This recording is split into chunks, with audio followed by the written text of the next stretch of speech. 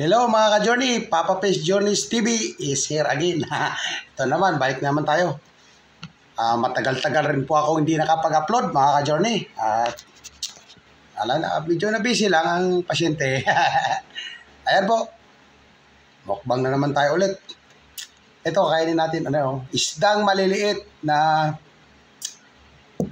parang pangat siya, sinaing sa dahon ng saging. Ayan, Tapos meron niyang kamyas tsaka sampalok. Yun ang pampaasim niya mga ka-journey.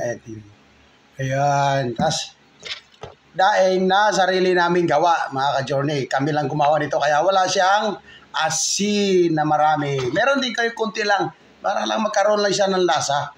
Meron tayo bahaw. Alam mga ka-journey. Tara, kain po tayo. Ayun siya Tulingan na maliliit.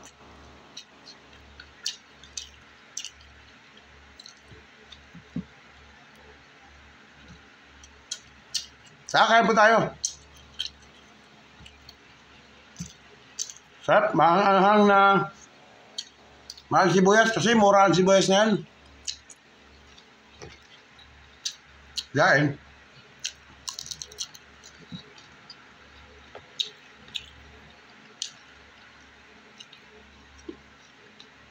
Nakakala sa daing pag kayo ang sariling gumawa.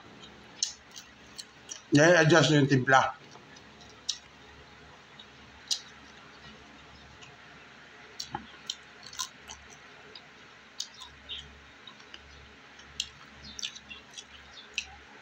Hindi yung mga nasa palengke na talagang medyo maalat.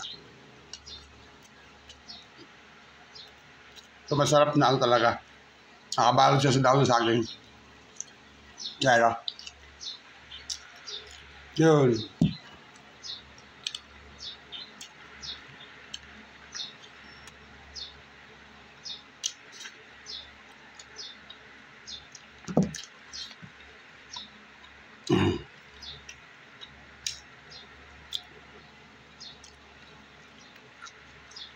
Sa tsubo lang, isang piraso.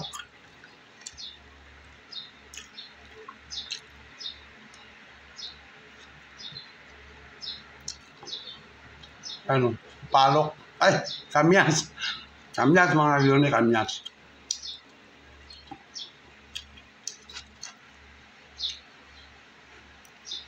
Sarap na sabaw. Masim-masim.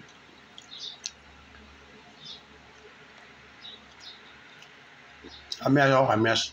Tuyo. Kami din lang po ang nagbilad dito ng kamyas. Sarili din po namin gawa.